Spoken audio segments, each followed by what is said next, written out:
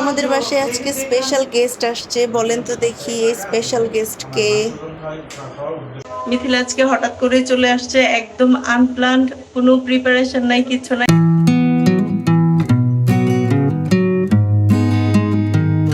হোস্টেলে থাকে, ও তো ওইরকম খাবার দাবার মেনটেন করে খাইতে পারে না। আর হোস্টেলের খাবারের অবস্থা তো জানেনি, হোস্টেলের খাবার একদম জঘন্য হয়।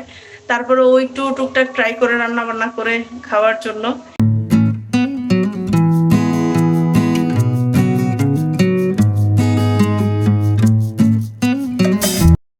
আমাদের ঘুমের প্রতি এতটাই উইকনেস, আজকে মিথিলা সকালবেলা চলে গেছে, আমরা দুইজন দুই রুমে ঘুমাইতেছি। ঘুম থেকে উঠে বলি যে মিথিলা কোথায়, দেখি মিথিলা মেসেজ দিয়ে রাখছে, আমি হোস্টেলে চলে আসছি। হ্যালো, আসসালামু আলাইকুম সবাইকে। কি অবস্থা সবার? সবাই কেমন আছেন? আশা করি সবাই ভালো আছেন। আমার আজকের ব্লগটা এখান থেকেই শুরু করছি, তো চলেন স্টার্ট করা যাক।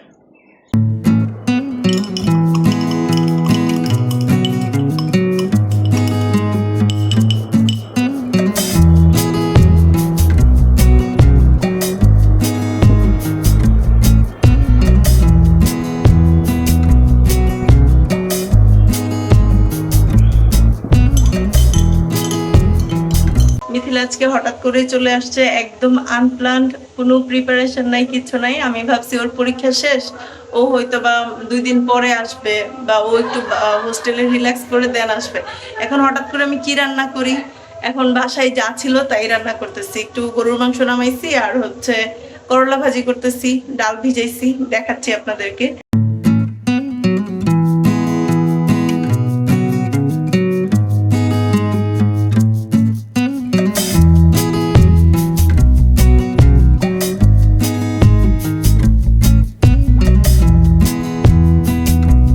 হচ্ছে এখানে করলা ভাজি বসাইছি, আর মিথিলা আসার সময় বলতেছে ওর নাকি অনেক ক্ষুধা লাগছে, আমি ভাত রান্না করছি, সে এখন ভাত খায় নাই।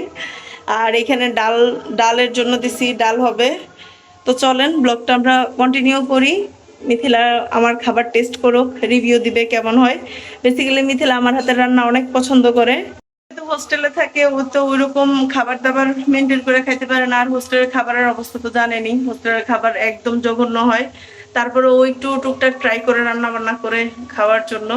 তো আমি ট্রাই করি আমার বাসায় যখন আসবে আমি নিজের মতো করে ওরে রান্না করে খাওয়াবো।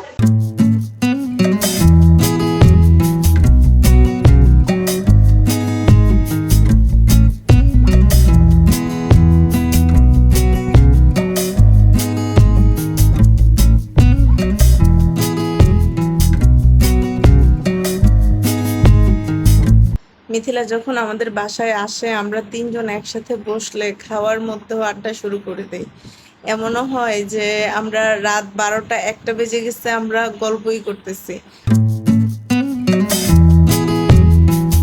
আর মিথিলার সাথে থাকা মানে সারা রাত ওর আজগুবি যত কথাবার্তা আছে সব আমি একদম গুড লিসেনারের মতো শুনি। পরের দিন আমি আমার আম্মাকে ফোন দিয়ে বলি, আম্মা তোমার মেয়ের কারণে আমি সারা রাত ঘুমাইতে পারি নাই।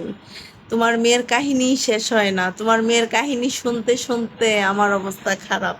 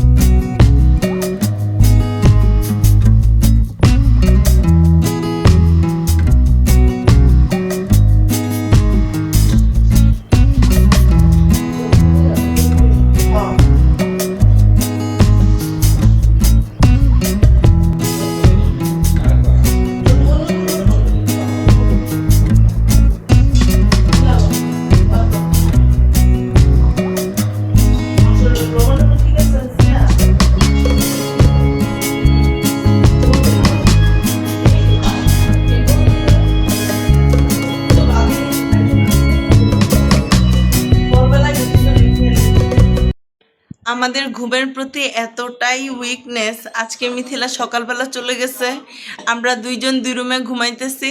ঘুম থেকে উঠে বলি যে মিথিলা কোথায়, দেখি মিথিলা মেসেজ দিয়ে রাখছে আমি হোস্টেলে চলে আসছি। মানে আমাদের ঘুমের প্রতি এত দুর্বলতা, কেউ আমাদেরকে ডাক দেয় না।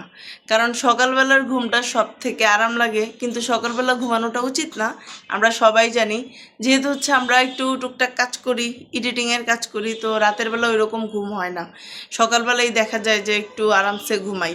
তো মিথিলা আর আমাদেরকে ডাক দেয় নাই, চলে গেছে। আমরা তো এখন মিথিলাকে মিস করতেছি। মিথিলা, তুমি আবার চলে আইসো।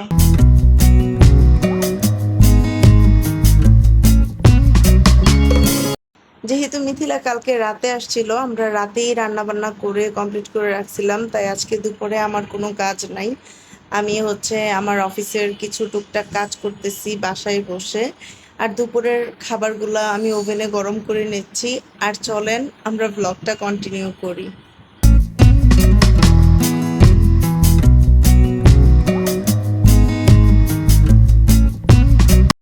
এই কয়েকদিন যাবত আমি এত অলস হয়েছি, মানে আমার সোশ্যাল মিডিয়ার এডিটিংয়ের কাজ এই হাবিজাবি হ্যানত্যান করতে করতে আমার বাসার কাজের মধ্যে অর্ধেক আমার মন নাই। যাই হোক, এই যে এইখানে কতগুলা কাপড় জমাইছি, তারপর হচ্ছে আমার এক সপ্তাহের কাপড় জমাইছি, এগুলা আমার সব ধুইতে হবে। আজকে তো আমি ধুবই ধুবো। এই যে দেখেন অবস্থা, গত এক সপ্তাহের কাপড় কোনো ধুই নাই, খালি চেঞ্জ করতেছি আর এইখানে রাখ। আজকে ফুল অ্যান্ড ফাইনাল কাপড়গুলা ধুবই ধুবো। আপনারা আমার ব্লগের সাথেই থাকেন।